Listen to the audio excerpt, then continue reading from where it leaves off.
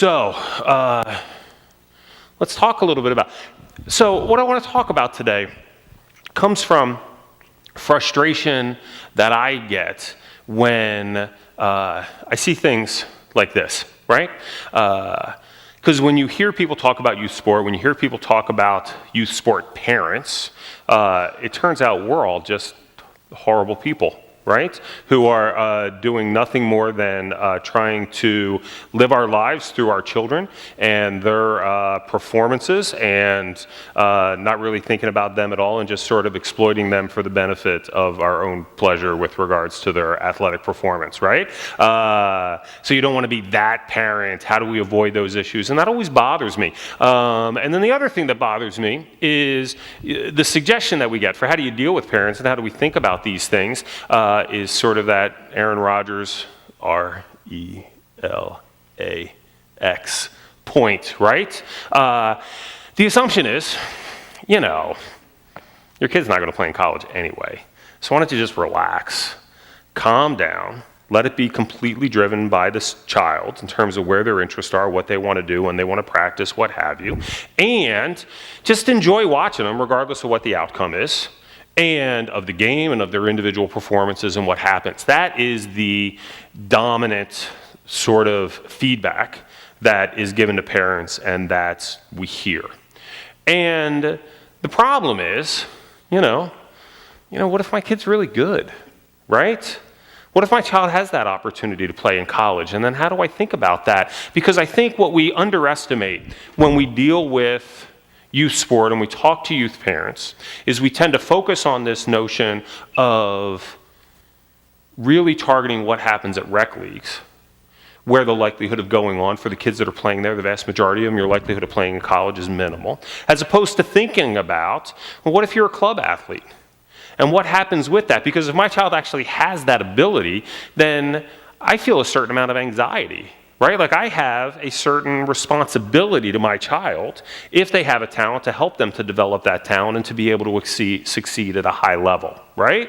And so how do I manage that? And that's certainly something that I feel thinking about my children and what happens with them. So my older daughter is on the rowing team at the University of Texas. So she has a scholarship there and she's rowing there, and I went through that with her. And then I've got a younger daughter who's on the team now, and can she play in college? How do I think about that? How do I sort of move that forward, right? And what are my responsibilities as a parent? What are the opportunities that she has? And what are my responsibilities with regards to that? And so I just want to talk about that as a way to sort of frame some of this and how we keep some things in balance in terms of dealing with it. And then at the end, I'll take obviously whatever questions you have about this topic or something else. Okay, so what is the opportunity? So these are the numbers that get put up all the time to be able to focus on the issues that we have with regards to playing in college. And so if you look, there's about 400,000 boys that play high school soccer. Just under that for women, just under 400,000 girls that play high school soccer. And they both have about 37,000 that play in college.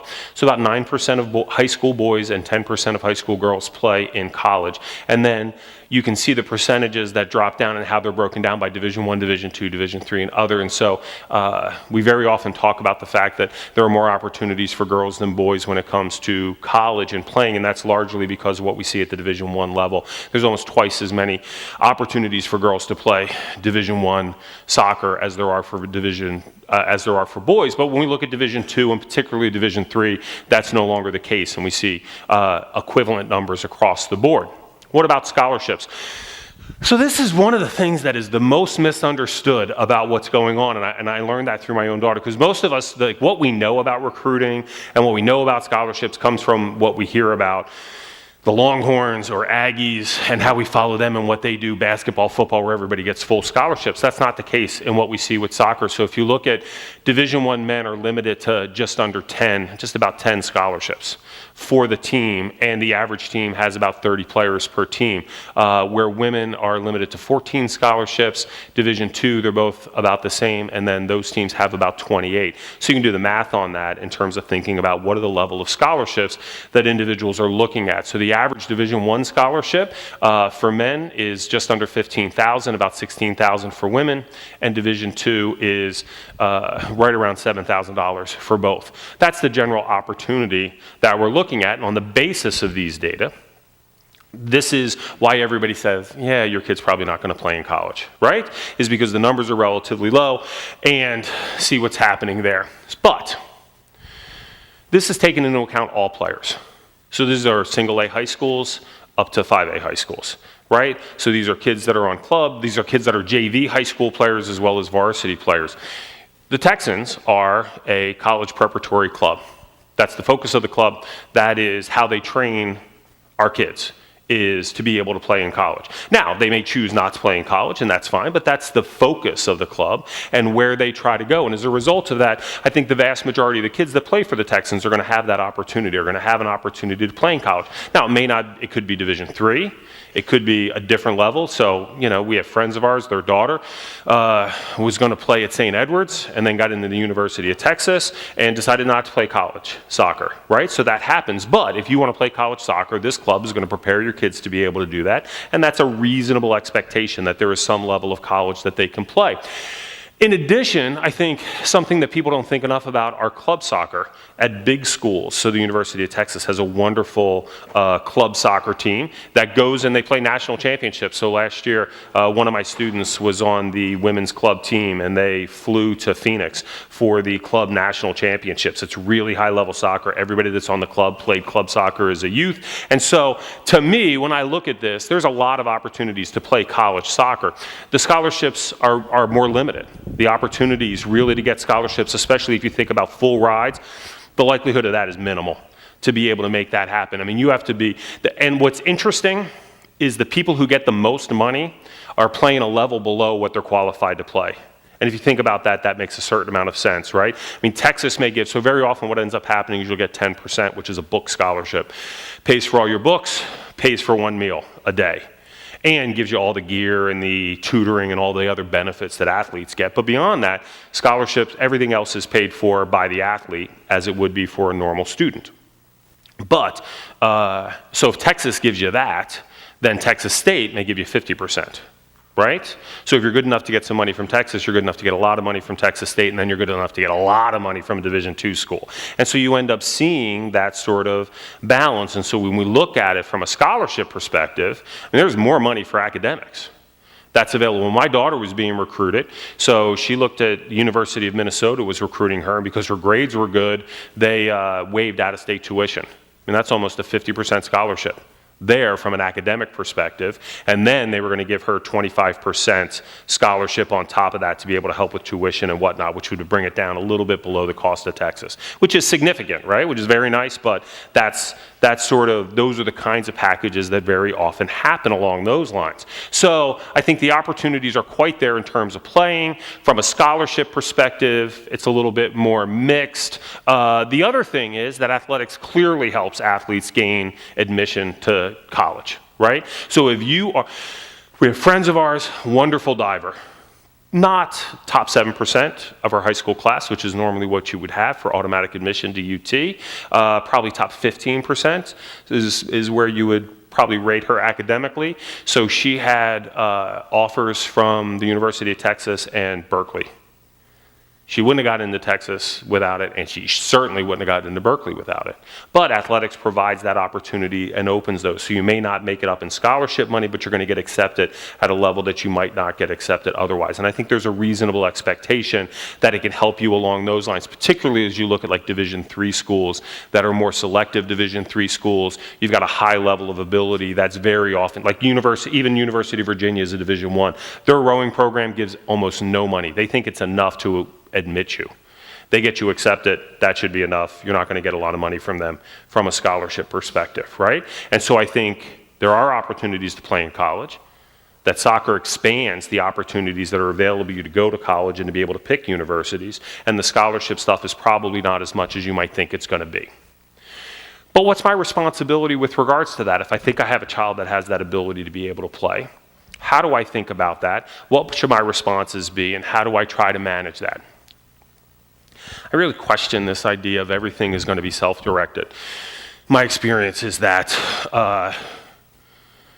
when my daughter is fully self-directed, especially we'll take my older daughter, when my older daughter is fully self-directed, she watches an awful lot of Grey's Anatomy, lays around on the couch, is really fairly comfortable in her existence, and is not really working that hard. Right? And so I think that's a common experience that individuals have with this, right? And so part of it is they figure that out as they go along. And I remember having a conversation with her when she was in 7th grade. If you want to be great, there's no secret to it, right? You've got the ability, but if you want to be great, you just got to work. And that's part of the deal, and you have to figure that out. And I'm going to help you to do that. There's a certain minimum. If you're going to be on the team, you have to do X amount. But if you want to be great, we just have to increase that, and then you can be great. And that's something that could be self-directed. They have to have that desire to move that forward. But to fully allow it to be self-directive, I don't think works. And I think that when you parent somebody who's a good athlete and you're trying to move them forward, you have disdain for the rest of the stuff when you hear that. So a lot of this stuff generalizes around the biggest decision I think that parents often have with their children is, when do you specialize? And how do you think about specialization? And a lot of this is driven by a book that talked about 10,000 hours to excellence, right? And so this is something that people hear a lot, and this is the argument made for why people should specialize. That if you specialize in a sport, you're going to build up 10,000 hours, and if you do 10,000 hours of anything, you become great. So a good friend of mine, sports psychologist at Baylor University, and was a college golfer at the University of Washington. His wife was on the golf team. She was on the women's golf team at the University of Washington. So they are golfers. He's a professor. They belong to a golf club. They play golf all the time. They have 2 boys. Now, his youngest son, and they go to the club all the time. They play. Their kids grew up with golf clubs. They grew up playing golf. His oldest son was a good golfer, right? He was, at 9 years old, you could see him. He was going to be a scratch golfer, like he was a solid golfer. His 7-year-old was going to be a pro. I mean, he just had a beautiful swing. He was like, I remember talking to him about it. He said at 5 years old, he had a PGA swing. It was just a perfect swing.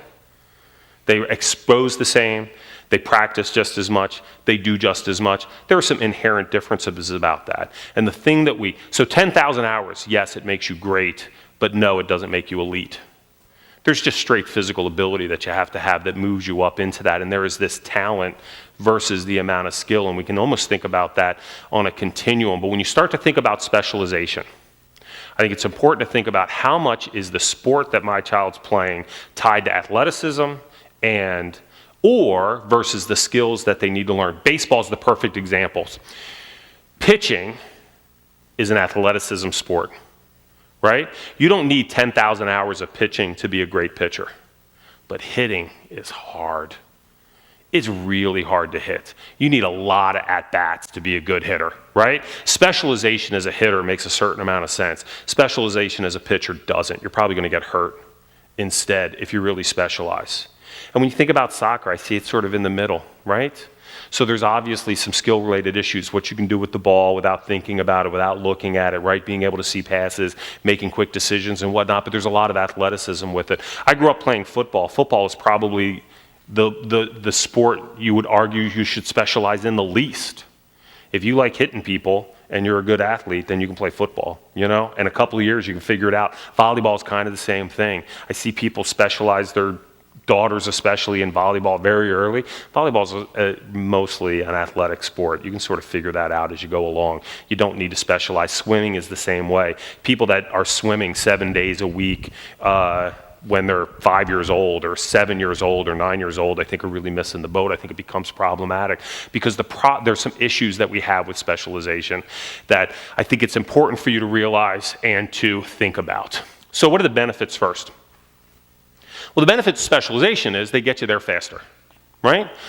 Everybody who played, so think back to when your child was first playing and they were trying to just figure out what the game is, right? Which way do I go with? So my oldest daughter, she started playing soccer. She was good in a straight line, right? And if she got the ball and the goal was in front of her, it didn't matter how far away it was, she was going to be able to get it there and she was going to score a goal. But if she was off just like 2 degrees, She wasn't going to score. She couldn't turn the ball. She couldn't move with it. She couldn't pass it. You know what I mean? She could get the ball and run and kick the ball straight ahead. That is this cognitive phase of learning. Cognitive phase of learning is one of those things that is, you're getting the idea. How do I play it? It's like Little League Baseball and all the kids run to get the ball and they don't understand position, discipline, where they're supposed to be. That's the cognitive phase of learning. That's where we all start when we're playing. Then you move to associative phase, where you start to really figure out what's going on. Think about the moment, and athletes will respond to this, when a kick feels good or when it feels bad, right? Like you make contact and you know it's good or you know it's bad just by that. That starts to happen in this associative phase, where you really start to perform the sport at a decent level. And then lastly is autonomous phase. There's two things that are interesting with this. One is specific skills that you do. So if you think about penalty kicks, they become much more consistent. Your ability to handle the ball, to do things, become much more consistent. But where we see this express itself in soccer is you now have multiple moves. When you're in the associative phase, you've got like one little trick you do, right? You've got that little step and then come back and go, and that's all you do, right? And you do it, doesn't matter where you are on the field, that's your move. But as you move to autonomous, you start to build in other ones. You can do other ones. You can apply these other things and start to make that happen. And the benefit of specialization is all of this happens faster. You move through this process faster. You get to the point that you're autonomous a lot faster. It's just like, but keep in mind, think about people you know with little kids and they learn how to read when they're 5. And when they're 9, they're really not that smart. Right? You know those kids? It's like your cousin has that kid, right? And then when you see them at the holidays and they talk about how brilliant their kid is when they're 5 years old and they're reading everything when they're, yeah, he's fabulous, right? But then later on it's just a guy. Well, that's because that's a skill. And you can teach a skill early on, but it's not necessarily reflective of the ability that the individual has, right? There's a difference between those two. And this kind of thing, when we specialize, we acquire skills a lot faster. We move through those skills and you're able to demonstrate those at an early level. And you'll see this in soccer. You'll see children who at 10 years old are unbelievably skilled with the ball and dominate the game. But then at 12-year-old, they're not dominant anymore, because other people have developed those skills and have figured those things out, right? So you specialize them early, you're going to extra practices, you're getting extra coaches, things along those lines when you're 9, and then at 12, everybody catches up to where you are. So yes, it helps with that, but it creates problems. Now, one thing I will point out though, is that when you change positions, it moves you right back to the beginning again. Right? Because you got to figure out what my job is. So if I've always played forward and now I go back and play a defender after doing that for 2 years, it takes me all the way back to a cognitive phase. And then I got to move to, it's faster, you go through it faster, but that's one of the things that happens, which is why in this club we move people around in positions so that you don't get locked in, right? You're developing this skill set as a unit moving forward that gives you the ability to move around to different places, because that can create some problems. But in any event, this is the benefit of specialization, and this is why you do it. You do it because there's so many skills and you need so much time to practice them that you need a lot of time to work on them and make it happen. So what could be wrong with that? Okay, what are the costs? The biggest cost that we have is that specialization creates mental and physical strain on athletes. And you can't underestimate how important this is and the impact that this can have on individuals. It's really interesting the extent to which it should happen. So what is the first thing that we see? The first thing that we see is distress. So these are individuals. So when we think about this, stress isn't a bad thing. Stress is a good thing. Who got a flu shot this year? Somebody get a flu shot? All right, why do we get a flu shot? To stay healthy. What does a flu shot do? It builds up immunity. How does it build up immunity? It makes you sick, right? So you get a weakened version of the virus. Makes you a little bit sick. You get sore, right? Sometimes you get hives. Sometimes you feel sick for a day. But then your body builds up an immune function to that. And as a result of that, you start to feel better, right? And then you build up that immunity. So that stress is fine as long as it's small enough, and as long as you have time to recover. And the more time you have to recover, then you feel fine, then you can go back and do it again. The difficulty with specialization is we remove recovery time. So you're practicing 5, 6 days a week. Then you don't have time to recover, you don't have time to rest. Or you're practicing all fall, and then you go play 2 seasons of indoor in the winter, and then you play all spring, and then your team's really good, and so you play a little bit in the summer, and then you play indoor all summer. It's not a big deal for a year. But for 2 years, for 3 years, for 4 years, for 5 years, this becomes problematic. So when you think about when you specialize, so this is super common in softball or baseball, where they specialize early, then you make the all-star team, you play softball all summer, and then you come back and you play in the fall, then you have winter workouts, and you never stop. So when I teach this in class, invariably I have an athlete come up and talk to me and say, this is what's happening to me. I'm just sick of it. I'm just tired of what I'm doing, and I don't want to do this anymore. And the first thing that we see is distress. So they start to struggle to maintain performance because they're tired and they're sore. Now, a certain amount of that you're supposed to have. There's times during the season, especially in the beginning, where you're working really hard. They're supposed to be tired. That's what you're trying to make happen. That's what you're trying to accomplish as a coach.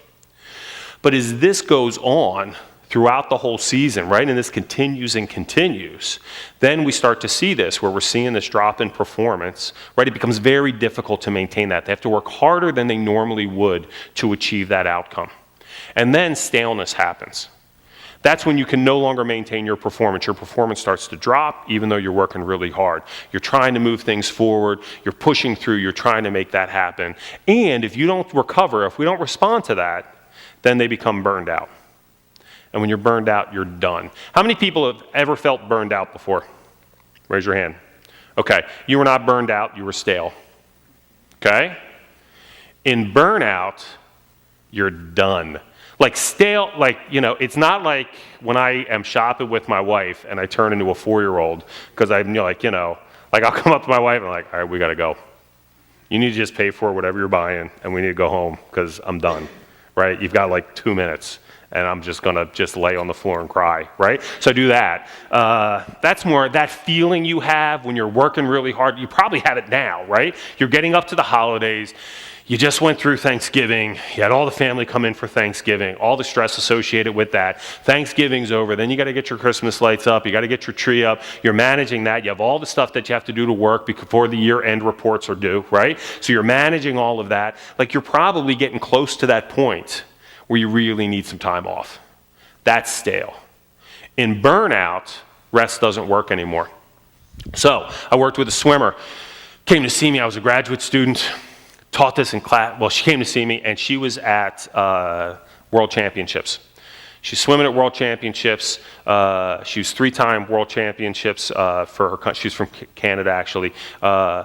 Swimming at the university, 3 times at Worlds. So she's at Worlds, and I was like, how did it go? She said, terrible. What do you mean terrible?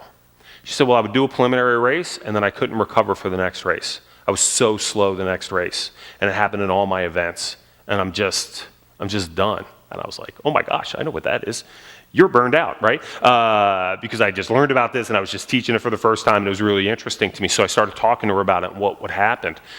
So she took the fall semester off. She was a 3-time All-American, hoping for a 4-time All-American. She took the fall semester off, didn't help. She never swam again. She's done. I had another student become burned out doing club swimming, where she was swimming like crazy in high school, came to UT, didn't swim, going on, she needed to do a physical activity class. I said, why don't you do a swim class? That would be fun. She's like, you know what? I'm gonna get back in the pool. It's been 3 years. I haven't tried to train. She got in the pool and she left. She had to drop the class the first day. It made her physically ill. When you are burned out, think about, for the adults here, think about tequila. So for some of you, I say that and you're like, oh my gosh, right? Or think about any time you've ever had food poisoning. And think about what that food is. And you think about that food and you have sort of a conditioned negative response to that. When you're burned out as an athlete, that's how you feel about your sport. Because you get to the point where the sport is bringing about that much misery and that much wear and tear if that's what you're doing all the time without end. And that is the risk we have with early specialization. And not to mention the risk of injury. The risk of injury is huge, but the burnout is a huge problem that individuals face. And so how do we balance that as a parent? Because I don't want my daughter to be an awesome 10-year-old soccer player. I want her to be an awesome 18-year-old soccer player, right? I want her to love this game. I want her to play this game till she's 40, 50 years old, right? Playing in women's leagues, things along those lines. That's what I want her to do. That's really what I want her to do. I don't want it to be just tied into right now. And so how do we think about that? And actually, the only way you come back from burnout is counseling.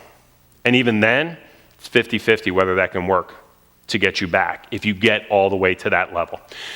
So what do we do about this? Early on, it's multiple sports because you got to maintain fitness, but you want to do it in an enjoyable way, right? So you play multiple sports. You have your committed sport. You play club soccer, but then you do other things, right? Like middle school is the best for this, right? You can play so many sports. My daughter played volleyball. She's now playing basketball. And what's nice about it is these are sort of off sports. They're not her primary interest, so it's just fun.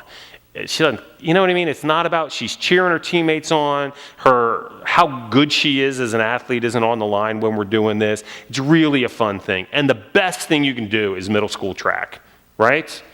There is nothing more social than 7th grade track, right? Your parents aren't allowed on the field. You get to talk to all your friends and hang out, run track. It's a fabulous thing. But it keeps you reasonably fit, right? It's training other muscles, right? It's keeping balance in terms of what you're doing, but giving you a break from your main sport. And so from that perspective, I think it's really positive.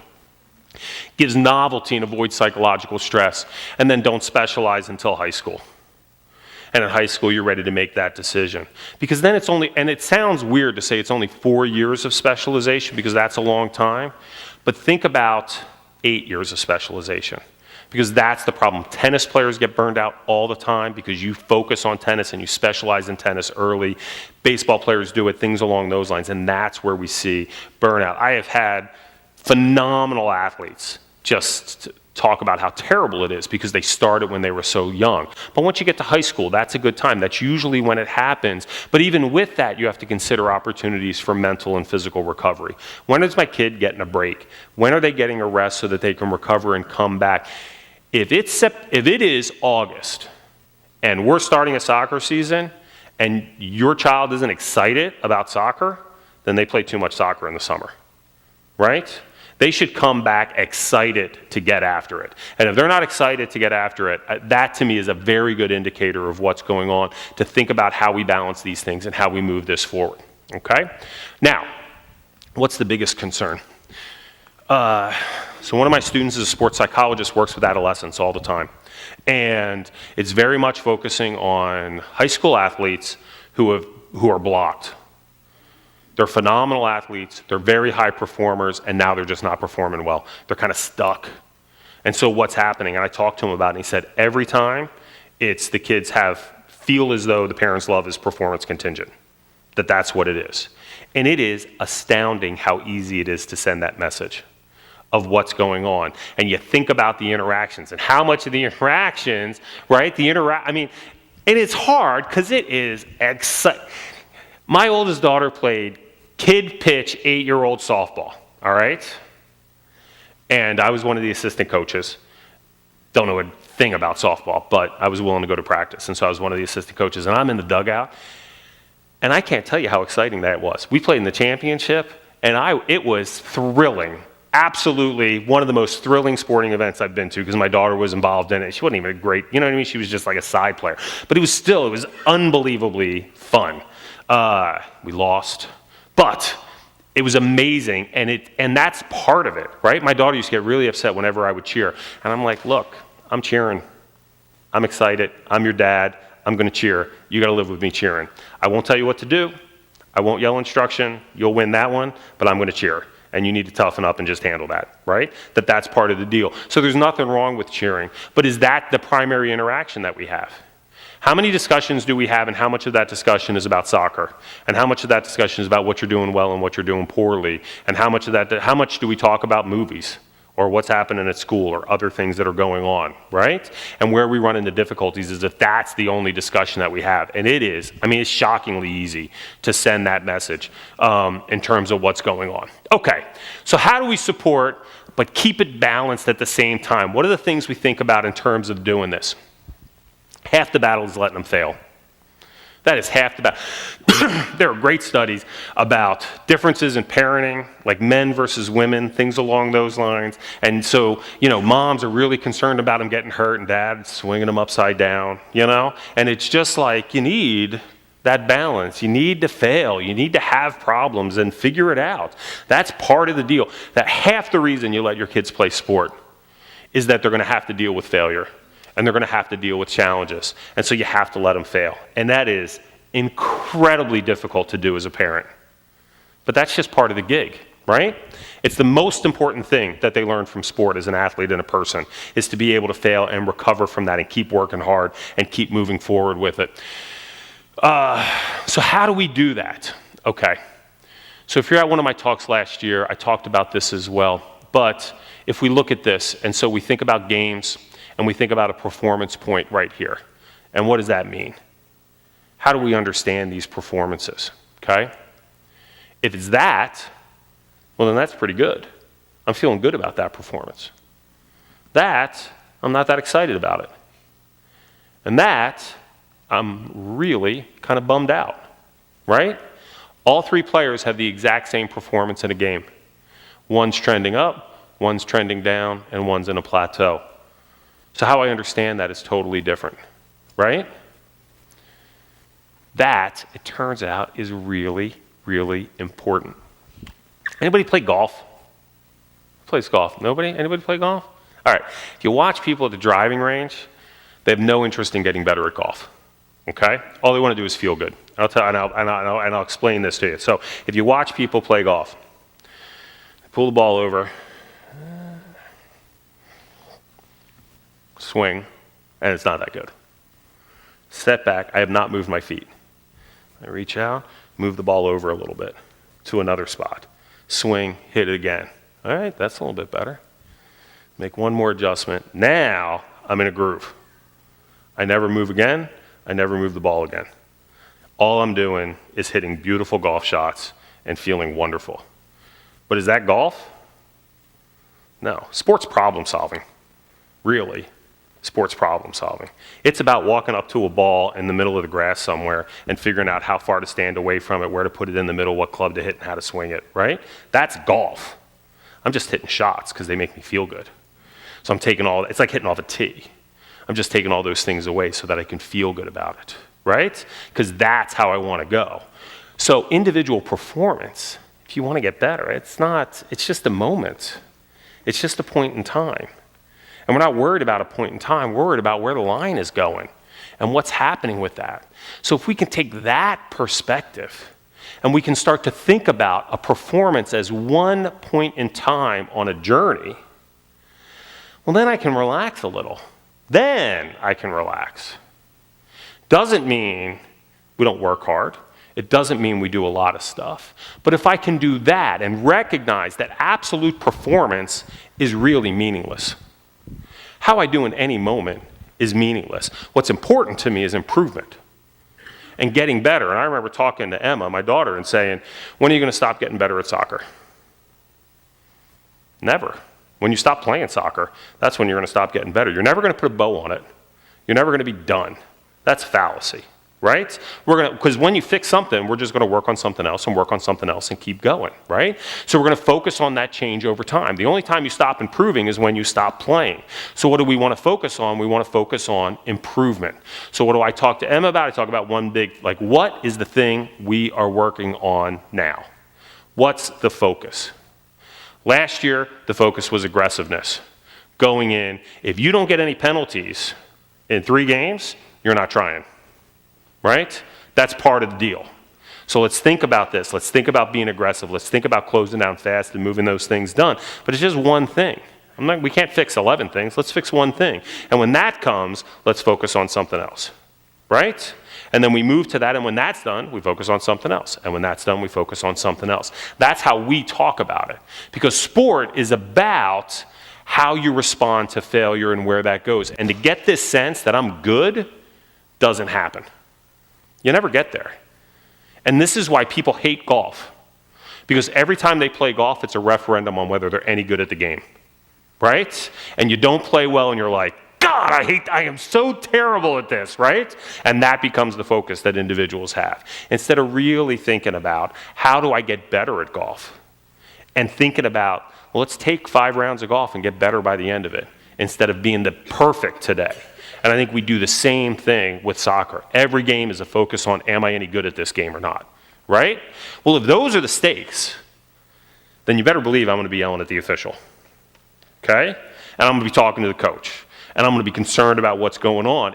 If today decides whether I'm any good at this, then those are pretty high stakes. But if today is just part of the progress that I'm making over time, then I can relax about that to a certain extent, okay? So balance flows from the sense of performance over time. That's where it comes from. And if I can think about games as a point along that journey, then I'm much less likely to yell at officials. Because what is one... Listen, you want to talk about bad officials? Go watch 8th grade girls basketball, okay?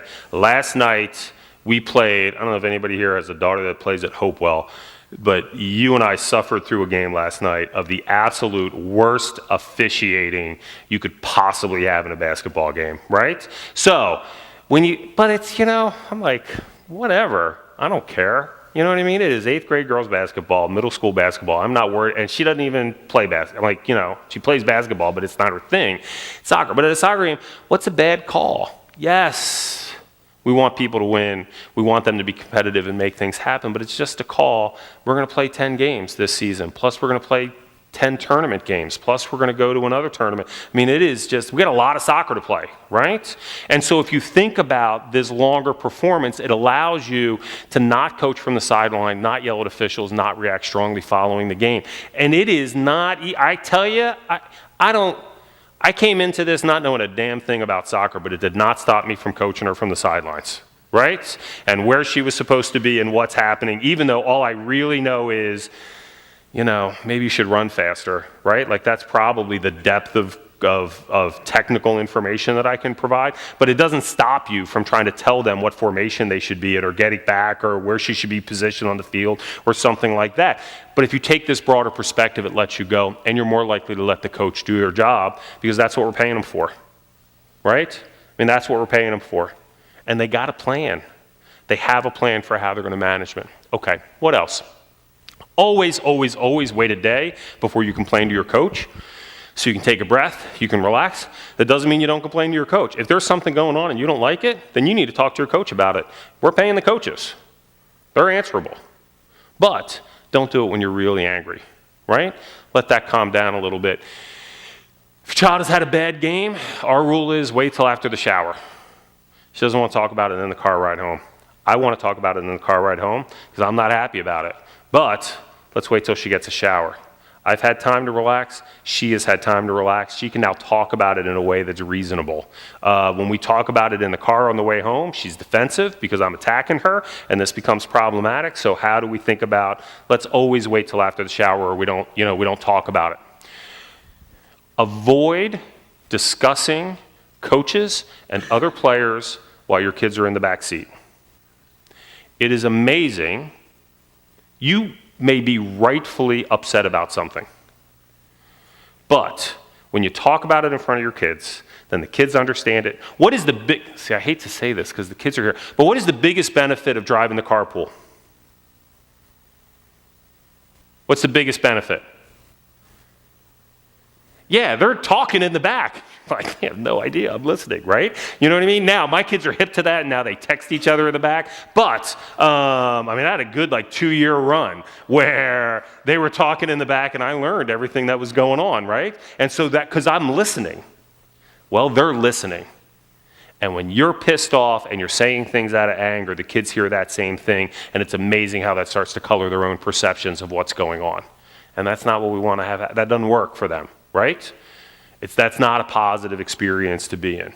And so you can be upset, you can be angry about what's going on, talk about it later, talk to your coaches the next day, that Monday afterwards. Don't do that in the car if you can avoid that at all. Cheer for everybody on the team by name.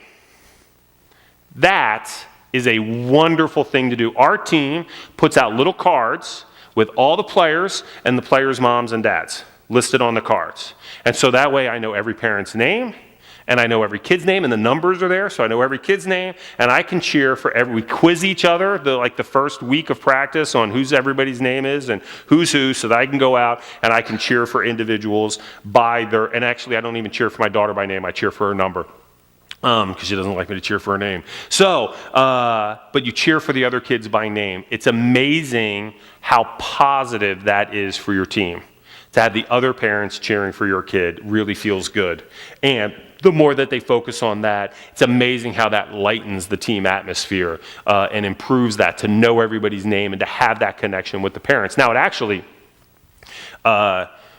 created a certain problem for us this past year when you have kids with the same names and you make mistakes on the parents, because I've done that. But it's still a really good thing to do. Compliment good plays by the other team. That, you would be amazed at how powerful that is. Compliment good saves by the goalie. Compliment really good plays. So those are the things that are bad for your team, but you can still recognize the beauty of the game and see the beauty of the game and be able to compliment that. It's amazing how that helps you to relax. We were playing in Dallas. This only happens in Dallas. Playing in Dallas at this tournament, and one of our players gets knocked down. One of our thinner players gets knocked down, and the mom on the other team in front of her was like, well, if you ate a couple of sandwiches, you wouldn't get knocked over. Thinking, really? Is that the conversation we have to have? Like, how do we think about this in a more positive way? So focus on the good plays that they do and compliment them on those good plays, and then just be grateful for this opportunity. Like, step back every now and then and be happy about what's going on and how cool it is that they're out playing. Like, every now and then, just step back and think, it really is pretty cool. And you see them in their uniforms and they're all warming up the same way and like they know what they're doing, and just recognize how much better they are than they used to be. We do a terrible job of paying attention to that. I tell my students all the time, go back, like your parents have like that box full of crap of all the stuff that you ever put your name on when you were a kid, Like, go back and get one of the papers you wrote freshman year in high school. You'll be amazed at how stupid you were in high school, compared to where you are now. But you have no appreciation of that. And you can do that now. The high school kids can do that now. Go back to that stuff your parents have. Read something you wrote in 6th grade. It's unbelievable how bad it is, right? But we have no appreciation of that growth. So parents, I think, step back a little bit and just pay attention and appreciate the fact about how much better they actually are, and be grateful about how much better they actually are. And then, how well do you know the game? It is, so, I grew up playing football in the Northeast, thinking soccer was some stupid European sport, right? Had no appreciation of it, had very negative things to say. Then, my daughter started playing soccer, but even then, I wasn't that impressed. But then the coaches said, pick an EPL team. And so everybody on my street picked a different EPL team. I ended up being a Tottenham fan because I read the Bill Simmons, How to Pick an EPL Team. So it's an article. You can look that up, and it talks you through how to pick an EPL team. So you pick an EPL team, and I ended up with Tottenham, so I'm a Tottenham fan. And fortunately, they're actually good now. All the coaches are Arsenal fans, and they all think it's terrible that I am a Tottenham fan, and they're happy because they can make fun of me now. But I am a Tottenham fan, and I have been for like 4 years. And so why have I become a real Tottenham fan? Is because my neighbor's an Arsenal fan, and so he makes fun of me. My other neighbor's a Chelsea fan because they're a bunch of front runners who can't man up and pick a team that isn't in first place, right? And so that is my argument as a Tottenham fan. But in any event, it is amazing how you become attached to these teams. I read a blog every day. I read a blog on Tottenham. Like, it's so amazing to me that I do this. But now, that's always on. Every Tottenham game I watch. And if Emma's up, and she's in the room with me, that's what's on television. Because kids don't get a vote, right? When it comes to sports on TV, I get the vote. You can go do something else if you want to. If you're going to sit here, you get to watch soccer. So we now watch more soccer. She knows who all the players are on Tottenham, right? So she pays attention to that. As a family, we watch the women's national team every time they play. That's a family event. It's like the Olympics. That is a family event. We all get together and we all watch it. Now, my wife still is confused about offsides and how that happens, but I have learned the rules. Like, I can appreciate a good positive first touch, right? And I can see things and notice things, and I'm starting to figure out formations when I'm actually watching a game and what you're trying to accomplish with them. But it's amazing how much more I know, and given that, it is amazing how I can now appreciate what she's trying to do and what the coach is trying to get them to do in a way that I never did beforehand.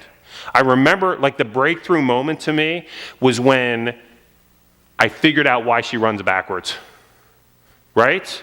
Like, why do you ever run backwards? Well, you run backwards to create space, to open up opportunities, right? To be able to widen your position. And I got that. And I was like, all right, I'm starting to figure this game out. You know what I mean? Because you can start to appreciate those things. It's very hard to have kids that are really good at something and not really understand what they're doing or what's happening with it. And so I think you have to be committed as a parent to watch and to pay attention. And I don't read about it or anything along those lines, but I'm watching 30, 40 soccer games a year now on television. So that's part of the thing. Your coach has a plan.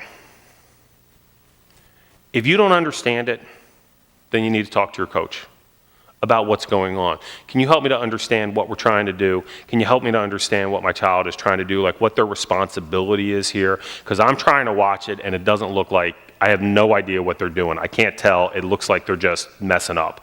Can you help me to understand this? The coach will tell you that. So I used this example last time, so I'm sorry if you're at both talks. But who's ever been to SeaWorld? Did you ever see Shamu? How do they get Shamu to jump over the rope? Are they like, hey, Shamu, here's what we're going to do. It's going to be great. I'm going to hold this rope up, and then you're going to go jump over the rope, and I'm going to give you a bucket full of fish. All right? Are we good? Do they have that conversation? No. How does Shamu learn to do that? They put the rope on the bottom of the pool. And when Shamu swims over it, they give him some fish. And then they move it a little bit higher, and when Shamu swims over it, they give it some fish, and they keep moving it higher. Now, when that rope is sitting down at the bottom of the pool and Shamu's swimming over it, does that look anything like it's going to look in the show? No. It doesn't look anything like it's going to look in the show. But the trainer has a plan. They know what they're doing. They have a plan to keep moving it up, to get it to the point where it's going to be impressive. If you can't see why whatever the heck is going on with your kids while they're playing, if that doesn't look like Champions League soccer to you, that's probably because the rope's still underwater. But they're moving it up. And your kid may not know, because you can't always explain where they're going to go. You can't always explain what's going to happen, but you've got a plan in terms of how this is going to show up and what's going to happen with it. And I certainly don't understand. If my kid doesn't know, I don't know. And so if it frustrates me, I need to talk to the coaches so I can make sure I can support that and move that forward and that that's going in the right direction, right? And so those are the kinds of things I think we can do to do this, because the fact of the matter is sport is a family journey. It is a family commitment. You have too many trips to San Antonio, too many trips to Houston, too many trips. Who's going to Houston this weekend? Anybody in here? God bless you. What's it going to be? 25 degrees, you are going to be freezing, and you've got those chairs on the sidelines that you thought were a great idea to have the vents in the back so they'd be cool on a hot day, right? You are going to be so cold. But that's the sacrifice that you make. And you're going to bring your whole family down, and you're going to spend 2 nights in a hotel, and you're going to go to the movies in Houston instead of the movies here, right? Because that's part of the journey. That's part of what you do. But that's okay. You just want to make it a happy one. That doesn't mean it can't be high achieving. It can be high achieving. And it doesn't mean that that journey isn't going to involve a lot of work. It is going to involve a lot of work. You've never heard me say, be happy with poor performance. Just recognize poor performance for what it is. It's a moment in time and an opportunity to get better. And so let's focus on getting better, and let's focus on moving that, but still make it a positive journey and a happy journey. So I think that's the goal. And the more, can't emphasize it enough, the more you think about it as a journey, instead of a point in time, the easier it is to be able to do that. And I predict that you will enjoy the sport that much better. It'll be that much more positive. All right. Questions? Yes, sir. What about breaks? You talk about mixing sports. What if they take this summer off, take the winter break, as opposed to doing camps or whatever? Sure. So I think the question that was asked was, how do you think about breaks and what have you? Part of the issue is, how do you maintain fitness? I think that's a realistic concern to have, right? Is how do you maintain fitness because they come, so my daughter didn't do a darn thing this summer, right? I mean, we had great plans. We talked about what we were going to do. She didn't do anything. And come August, she was in a lot of pain. And I was like, I want you to write yourself a note right now.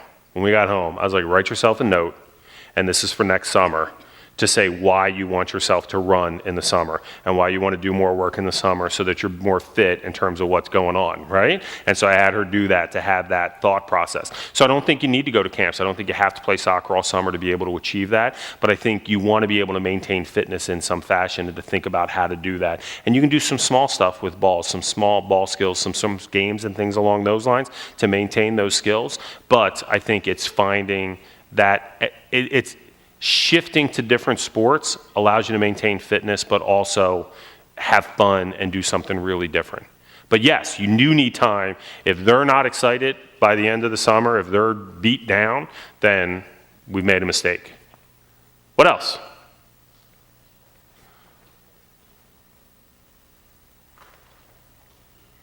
Go ahead. Yeah, this is the point where you clap. You can clap. And then everybody else will clap, and then they can go home. There you go. Very nice. Thank you all very much. If you have some individual questions, please just come on up. Thanks for coming out.